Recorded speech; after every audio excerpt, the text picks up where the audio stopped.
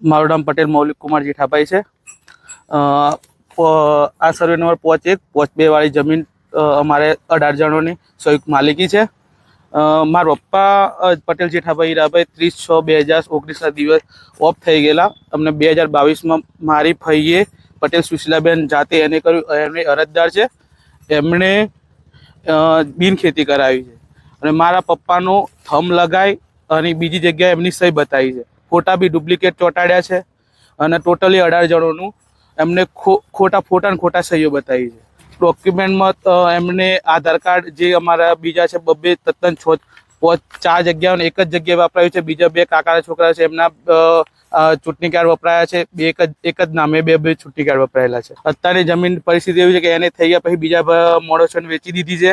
એમાં 2 જ માણસો, એક ધર્મેશભાઈ માલીવાડ છે અને એક મહેશભાઈ માલીવાડ, અને 5-1માં અફઝલ અનવર હુસૈન કોઠારી છે અને બીજો ગામના એક વતની છે જયેન્દ્રસિંહ સિસોદિયા।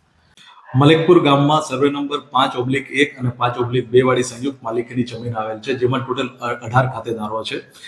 જે આરોપી છે સુશીલાબેન, એમના દ્વારા એમના ભાઈ કે જેમનું મૃત્યુ 2019માં થઈ ગયેલું હતું, તેમ છતાં 2022માં એમણે પોતાના ભાઈને જીવિત બતાવીને એમના અંગૂઠાનું ખોટું નિશાન ઊભું કરીને સાથે સાથે જે બીજા ખાતેદારો છે એમના ખોટા ઓળખ કાર્ડમાં ચૂંટણી કાર્ડનો ઉપયોગ કરીને તેમજ ખોટા ચોંટાડીને ખેતીની જમીનને બિન ખેતીમાં કન્વર્ટ કરી દીધેલ હતી।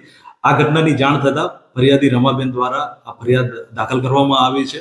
પોલીસે એ દિશામાં તપાસ કરી રહી છે કે આ ટોટલ કૌભાંડમાં કેટલા લોકો આરોપી છે અને દરેકનો રોલ શું છે। આ જે આરોપી છે સુશીલાબેન, એ ફરિયાદી બેનના સગા નણંદ છે। આ આરોપી બેને પોતાના ભાઈને કે જેમનું મૃત્યુ થઈ ગયું હોવા છતાં એમને જીવિત બતાવીને અને બીજા જે અન્ય ખાતેદારો છે તેમના પણ ખોટા ડોક્યુમેન્ટ્સ ઉભા કરીને તમામ જમીનને ખેતીમાંથી બિન ખેતીમાં કન્વર્ટ કરી દીધી અને એના પર પ્લોટ ઉભા કરીને બધાને વેચી દીધેલ છે અને આ રીતે મોટું કૌભાંડ આચરેલ છે।